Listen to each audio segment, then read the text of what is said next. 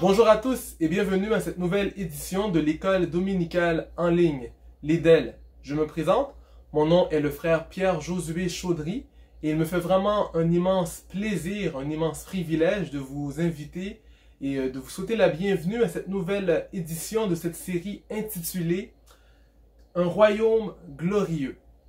Donc, j'aimerais vous rappeler, l'EDEL, c'est quoi?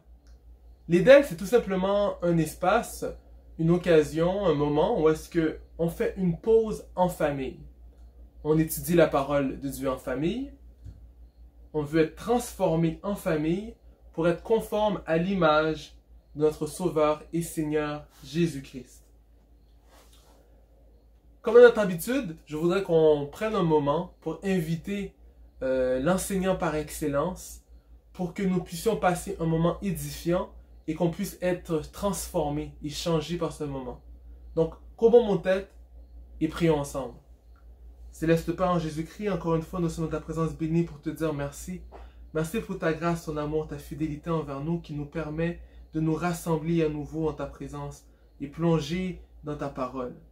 Ô Dieu, nous te demandons aujourd'hui que tu nous révèles vraiment ta volonté sur ton royaume, que tu nous permets de vraiment comprendre quelle est la gloire que tu as promis pour nous, Seigneur. Merci de ce que tu règnes. Merci de ce que tu as tant planifié pour nous. Ô Dieu, nous te présentons ce moment. Parle-nous individuellement.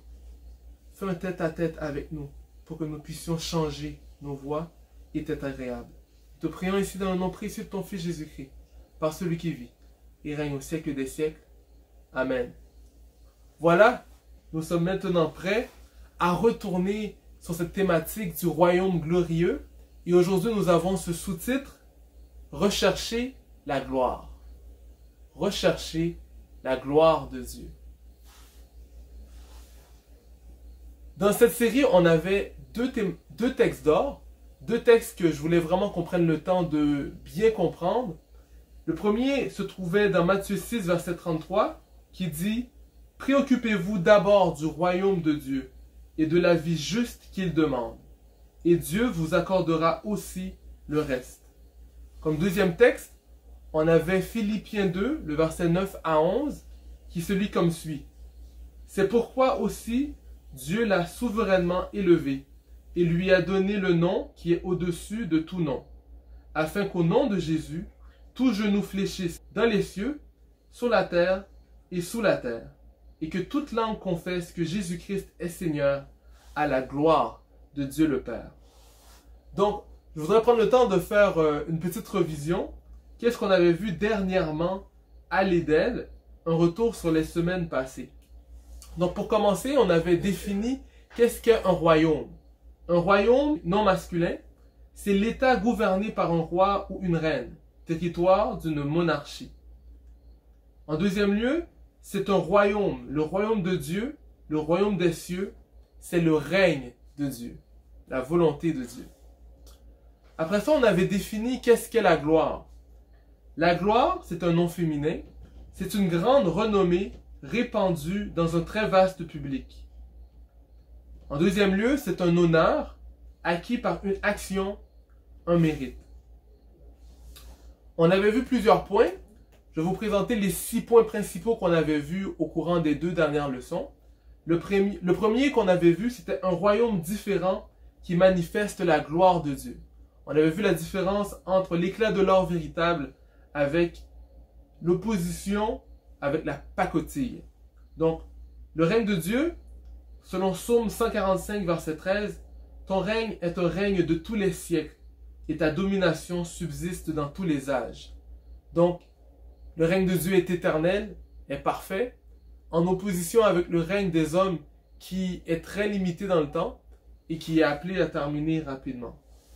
En deuxième point, on avait un royaume composé d'hommes et de femmes glorieuses. Les membres font toute la différence. Selon Apocalypse 5, verset 10, nous avons vu que tu as fait d'eux un royaume de prêtres ou bien de sacrificateurs pour servir notre Dieu et ils régneront sur la terre.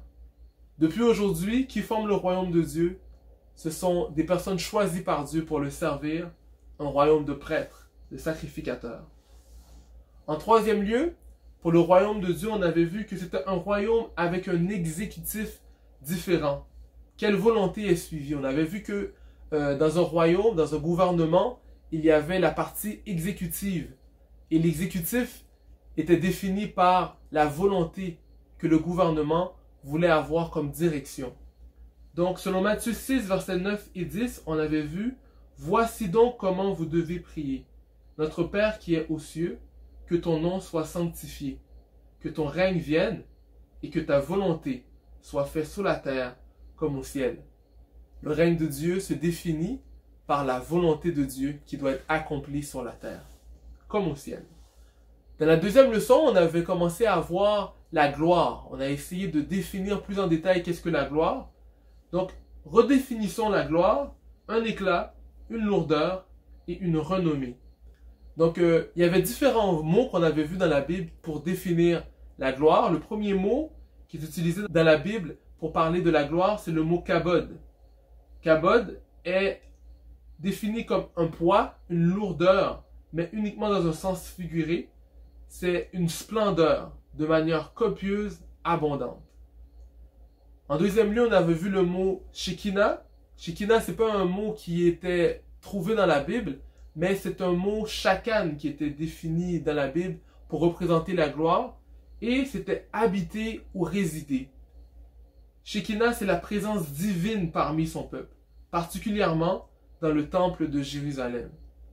En dernier lieu, en grec, on avait vu le mot doxa, où est-ce qu'on retrouvait le mot doxologie.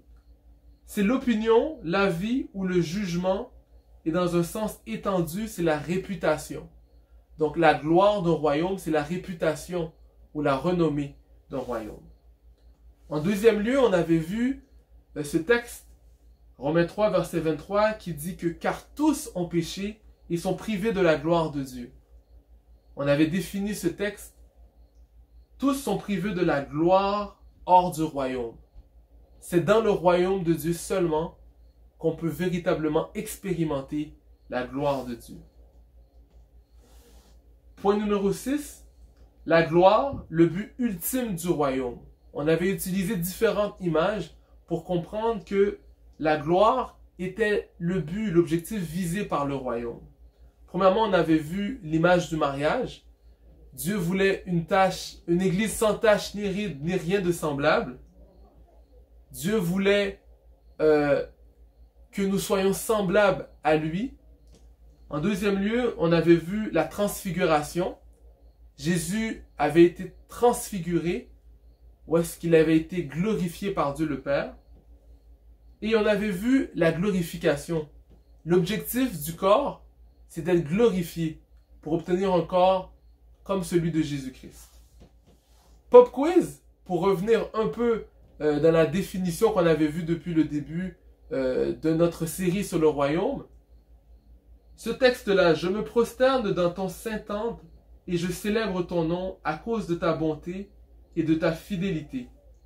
Car ta renommée, ta gloire, s'est accrue par l'accomplissement de tes promesses. » Quelle est cette référence? La réponse, comme notre habitude, avant la fin de la leçon.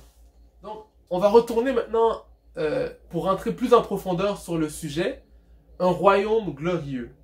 La partie 3, je l'ai nommée « Rechercher la gloire ». Et puis, qu'est-ce qui m'est venu à l'esprit? C'est dans Exode 33, verset 18, lorsque Moïse a demandé à Dieu, à l'Éternel, « Fais-moi voir ta gloire ». J'aimerais qu'on se rappelle de ce contexte, dans ce moment où est-ce que Moïse sortait d'Égypte, il était amené à conduire le peuple israélite et la tâche était très dure, très ardue.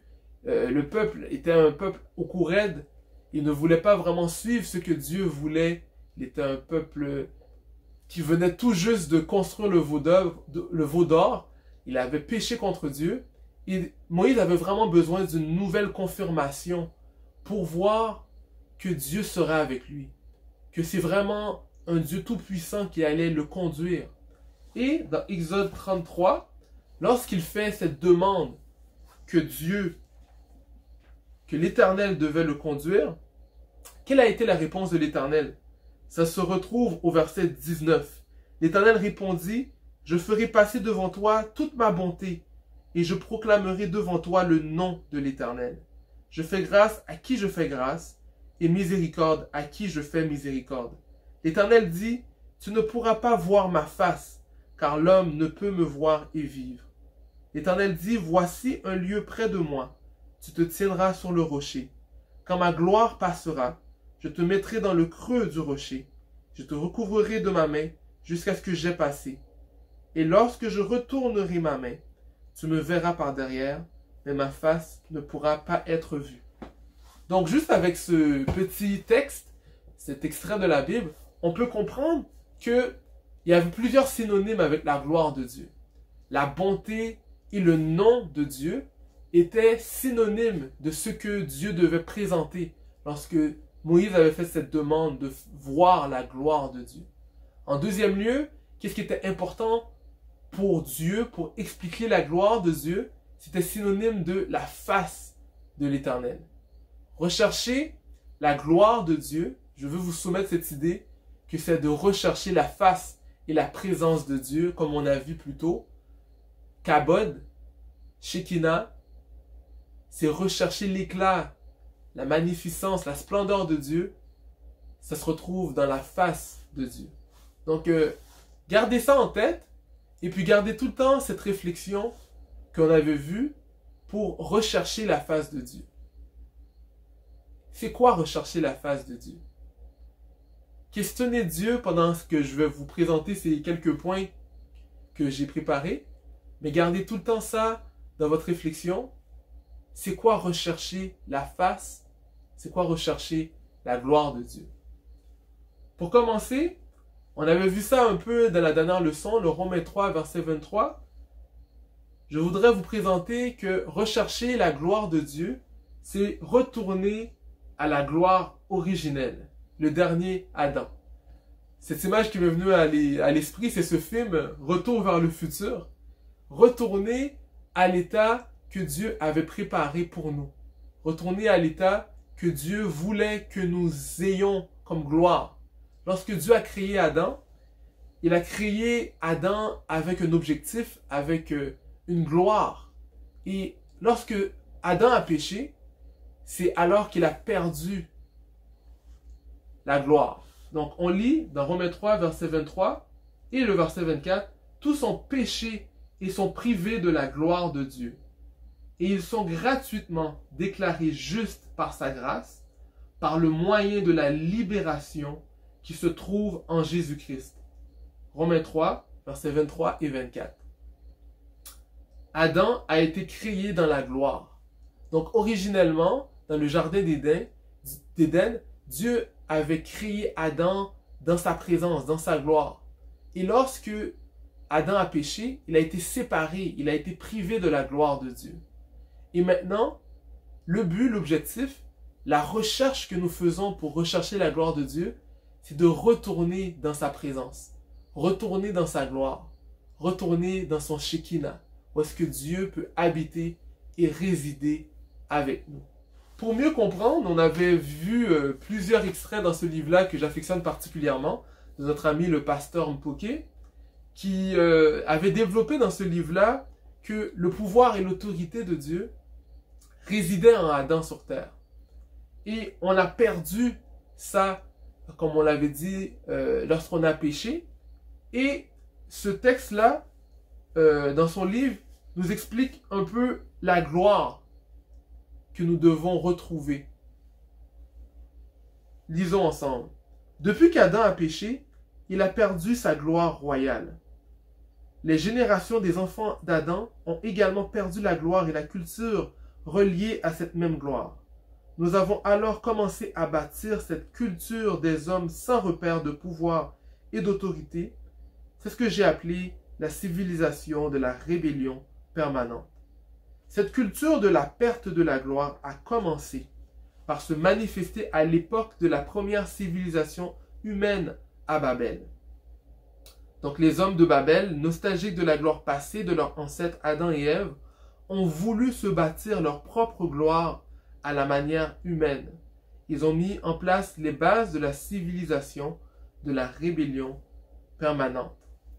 Donc, l'être humain ne doit pas chercher ou rechercher la gloire, car Dieu est le seul et l'unique possesseur de la gloire, et il la donne à ses enfants.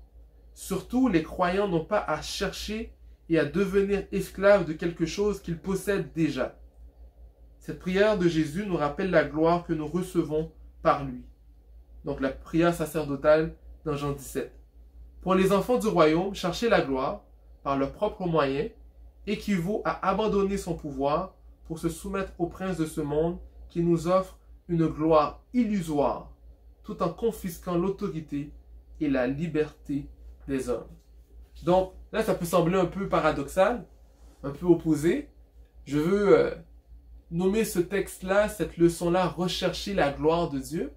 Et dans ce livre, cet extrait de livre, à la page 279 du livre L'autorité et le pouvoir royal, le pasteur Mpoke nous incite, nous explique que nous ne devons pas rechercher notre propre gloire. Donc qu'est-ce que ça veut dire? Comment rechercher la gloire de Dieu sans ne pas rechercher notre propre gloire?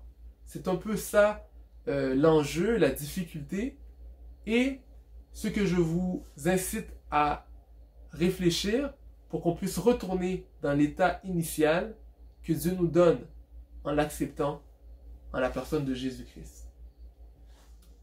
Pour poursuivre ce chemin-là, ça se passe par la route de la glorification. Le deuxième point que je vais vous présenter, la route vers la glorification. Romains 8, verset 30 nous dit « Et ceux qu'il a prédestinés, il les a appelés. Et ceux qu'il a appelés, il les a justifiés. Et ceux qu'il a justifiés, il les a aussi glorifiés. » En route pour être glorifié comme le dernier Adam. Donc dans ce texte-là, je voudrais vous rappeler dans nos études qu'on avait vues précédemment, ce qu'est vraiment la prédestination. La prédestination, c'est un chemin. C'est comme si on avait programmé notre GPS et que si on suit cette route-là, on va arriver à un objectif, on va arriver à un point. Et ce point-là, c'est le chemin qui se trouve en Jésus-Christ. Romains 8 nous parle de ceux qui ont fait le choix de Jésus-Christ. Ceux qui font ce choix-là ont une prédestination, ont un point qu'ils vont arriver. Ils vont arriver à un objectif, à un but, et c'est la glorification. Ce chemin-là va passer par la justification, par l'appel, et ultimement, on va arriver à la glorification. Donc, pour arriver à la gloire, il faut passer par notre croyance en Jésus-Christ qui va nous amener à faire un travail, à un cheminement qui va nous amener ultimement à la gloire. Donc ça, c'est un point que j'ai relié avec le premier point. Donc, pour retrouver la gloire qu'on a perdue en Adam, on doit passer par le dernier Adam, Jésus-Christ, qui va nous amener à un cheminement qui va nous amener à la gloire.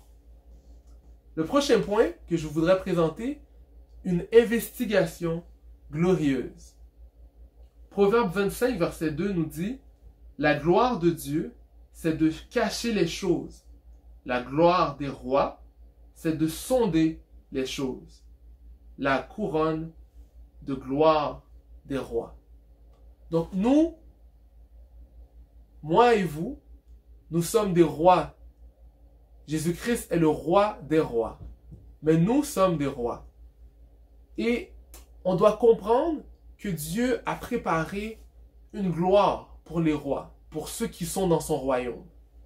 Et pour bien comprendre ce mot-là, cette gloire-là, selon ce texte-là, on doit apprendre à sonder les choses que Dieu a cachées. On sait tous que tout ce qui a de la valeur est caché dans la terre. Donc il y a de l'or qui est caché dans le fin fond des mines, caché dans la terre. Et pour retrouver quelque chose de valeureux, on doit creuser, on doit travailler fort pour retrouver quelque chose qui a de la valeur. Et ça se passe ainsi dans le royaume de Dieu. Il y a ce mot sonder dans Proverbe 25, verset 2. Je veux vous rappeler, quand on fait une étude biblique, d'essayer de comprendre le mot initial. Il y a un outil qu'on appelle les mots strong. qui nous permettent de chercher le mot initial. Proverbe, c'est dans l'Ancien Testament, dans la Bible hébraïque. Donc le mot qui est utilisé dans Proverbe 25, verset 2 pour sonder, c'est le mot shakar. Le mot Strong 27, 13. Et le mot shakar veut dire chercher, rechercher, examiner, faire des recherches. Donc, la gloire de Dieu, c'est de cacher les choses. Et la gloire de nous, pour qu'on retrouve la gloire, c'est de rechercher, examiner et faire des recherches sur ce que Dieu a placé sur terre. C'est un peu ce qu'on fait maintenant. Donc, je veux vous présenter que pour rechercher la gloire de Dieu, selon Proverbe 25, verset 2, on doit se questionner. On doit questionner les Écritures. On doit faire des recherches sur les Écritures pour qu'on puisse comprendre et Dieu puisse révéler les vérités qu'il a cachées pour qu'on puisse retrouver la gloire de Dieu et s'approprier sa gloire. C'est en recherchant, en examinant et en faisant des recherches sur ce que Dieu a placé sur terre.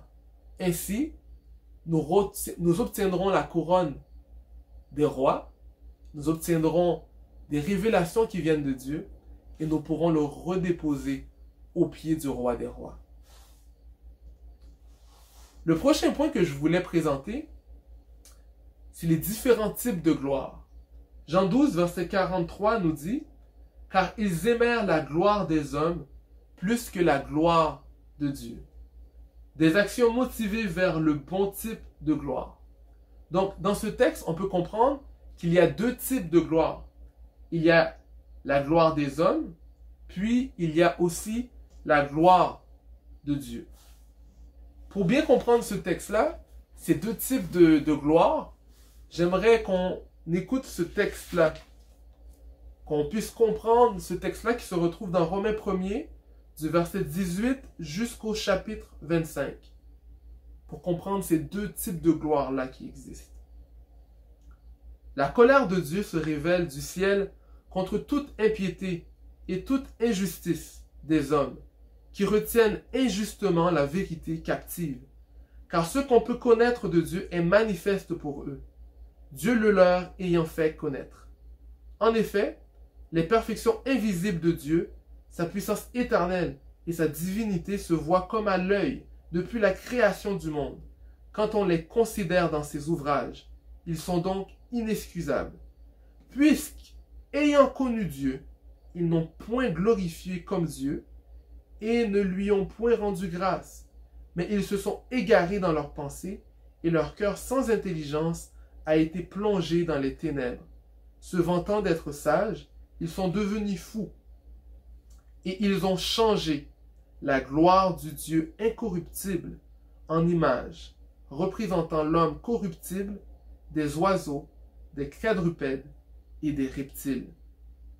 Donc c'est le point que je veux vraiment qu'on mette beaucoup d'emphase. Ils ont changé la gloire du Dieu incorruptible en image représentant l'homme corruptible, des oiseaux, des quadrupèdes et des reptiles. C'est pourquoi Dieu les a livrés à l'impureté, selon les convoitises de leur cœur, en sorte qu'ils déshonorent eux-mêmes leur propre corps. Eux qui ont changé la vérité de Dieu en mensonge, et qui ont adoré et servi la créature au lieu du Créateur qui est béni éternellement. Amen.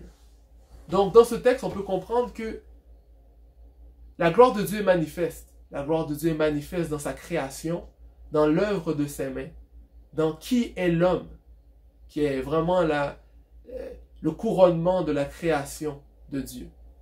Mais au lieu de glorifier Dieu, qu'est-ce que l'homme a fait? C'est qu'il ne s'est pas soucié de connaître Dieu et ils ont recherché leur propre gloire. Ils ont changé l'homme, ils ont changé la gloire de Dieu. Et ils ont commencé à adorer, à glorifier autre chose que Dieu. Et alors vient la gloire de l'homme. C'est une gloire qui amène à la corruption, qui amène à la déchéance et à la perdition.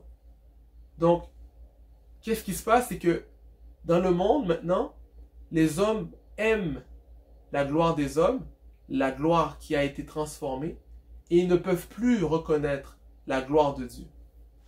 Mais nous, on est appelés à rechercher la véritable gloire, qui est la présence de Dieu et la splendeur de Dieu, la face de Dieu.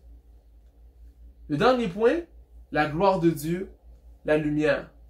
Dans la conclusion de la Bible, dans Apocalypse 21, verset 23, on nous dit, la ville, on parle ici de Sion, la cité de Dieu, la ville n'a besoin ni du soleil ni de la lune pour l'éclairer, car la gloire de Dieu l'éclaire, et l'agneau est son flambeau.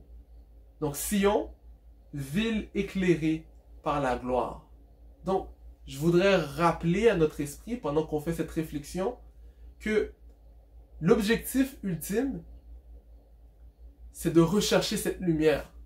Parce qu'à la fin, à la conclusion de l'histoire, la gloire de Dieu sera cette lumière qui va éclairer Sion, la ville où est-ce que nous allons habiter. La présence de Dieu va être cette gloire qui va nous éclairer. Pop quiz, réponse. Quelle était la référence du texte? Je me prosterne dans ton saint temple et je célèbre ton nom à cause de ta bonté et de ta fidélité, car ta renommée, ta gloire s'est accrue par l'accomplissement de tes promesses. Psaume 138, verset 2. Gardez ça en tête, car ta renommée, la gloire de Dieu, s'est accrue par l'accomplissement de ses promesses. On avait vu que le royaume de Dieu, la volonté de Dieu, qui était définie par sa parole, dans ses promesses, amène que l'accomplissement de la volonté de Dieu amène le règne de Dieu. Donc ça, c'était un point qu'on avait vu la semaine passée, que je voulais vous rappeler. Et je voulais qu'on garde cette référence en tête. Psaume 138, verset 2. La volonté de Dieu est le but de son royaume. Et le but de son royaume, c'est sa gloire. Donc voilà tout ce que on avait cette semaine à l'Eudel pour la gloire. Mais je voudrais vous présenter un livre. Donc je lis beaucoup pendant ce moment de confinement. Et puis je voudrais vraiment vous présenter ce livre de Mark Cahill qui s'appelle Destination finale. Dans ce livre-là, on pose beaucoup de questionnements par rapport à notre salut et notre objectif. Notre objectif, c'est la gloire de Dieu, l'éternité. Et notre pèlerinage vers l'éternité est vraiment bien expliqué dans ce livre-là. Donc je vous le conseille, si vous avez besoin de lire un livre, Destination finale de Mark Cahill. Donc voilà tout ce que j'avais pour vous cette semaine. J'espère que Dieu vous a parlé et que vous allez continuer à rechercher la gloire de Dieu. Merci, bon dimanche.